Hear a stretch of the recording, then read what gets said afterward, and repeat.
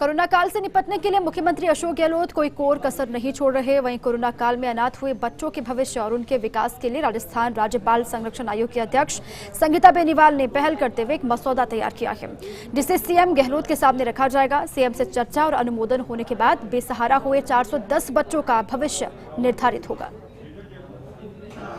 Corona काल में प्रदेश के मुख्यमंत्री अशोक गहलोत और उनकी सरकार द्वारा उठाए गए आवश्यक कदम और फैसलों की पूरा देश भर में तारीफ हो रही है। देश के प्रधानमंत्री नरेंद्र मोदी तक तारीफ कर चुके हैं। लेकिन इस कोरोना काल में कई ऐसे बच्चे हैं बेघर हो गए, बेसहारा हो गए।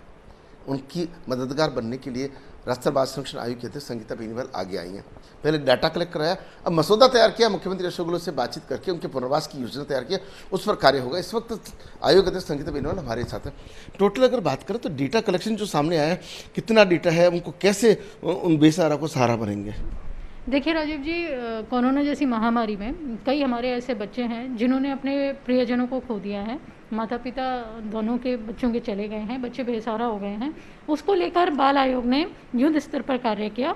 सभी जिलों के जिला कलेक्टर, साथ ही साथ जिला परिषद सीओ, चाहे वो पुलिस हो, चाहे चाइल्ड लाइन हो 1098, चाहे सामाजिक संगठन, सबके द्वारा, चाहे फेसबुक, चाहे ट्विटर, सबसे हमने डाटा कलेक्ट करते हुए बच्चों को चिन्हित किया और बच्चों को तुरंत प्रभाव से पालनहार से जोड़ा जा रहा है।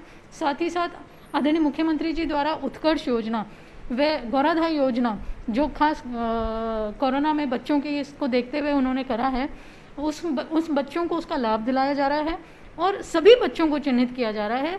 राजस्थान में लगभग जिस तरह का आंकड़ा हमारे सामने आया है 400 का, उन 400 बच्चों के लिए चिन्हित करके आदरणीय मुख्यमंत्री जी को प्रेषित किया जाएगा। और जिस तरह से आदरणीय मुख्यमंत्री जी ने कल कैबिनेट की बैठक में विशेष रूप से इस पर चर्चा भी की मंत्रिपरिषद से, और वो इसके लिए पैकेज भी बना रहे हैं, तो इन सभी बच्चों को सरकारी लाभ दिलाते हुए और उनकी शिक्षा दीक्षा व भरण पोषण का बाल आयोग पूरी तरह से कार्य कर रहा है। लेकिन अगर बालिका गृह और किशोर गृह की बात करें तो वहाँ दूसरी श्रेणी के बच्चे रहते हैं, तो इनको जो गौराधाई योजना है या इनको कहाँ कैसे शिक्षण से जोड़ा जाएगा, जिससे क्योंकि अभी वो बच्चे हैं, बड़े होंगे का भविष्य, उनका रोजगार?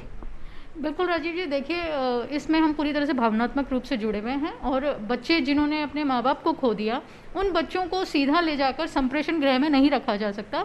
उन बच्चों को बालिका गृह में, जो विभिन्न वादों में बच्चियाँ आती हैं, उनके साथ नहीं रखा जा सकता। बच्चों के बेहतर पुनर्वास हेतु, चाहे वो हमारी कस्तूरबा गांधी विद्यालय हों, चाहे सामाजिक कल्याण छात्रावास हों, या फिर कई इस तरह के सामाजिक संगठन और साथ ही साथ कई शिक्षण संस्थान भी हमारे सामने आए हैं, जिन्होंने ये पूरा एश्योर्ड किया है कि जैसे ही चिन्हित होगा उसके बाद बच्चों की शिक्षा दीक्षा निःशुल्क करवाई जाएगी।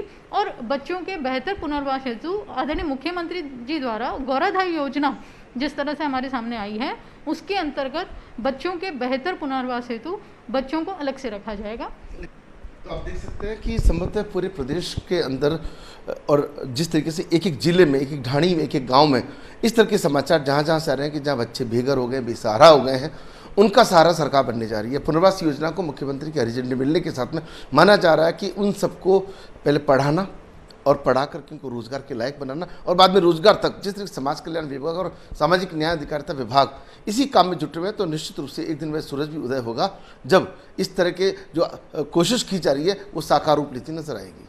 शिवानी सिंह गहलोत के साथ Rajiv Gaur, first India news, Jodhpur.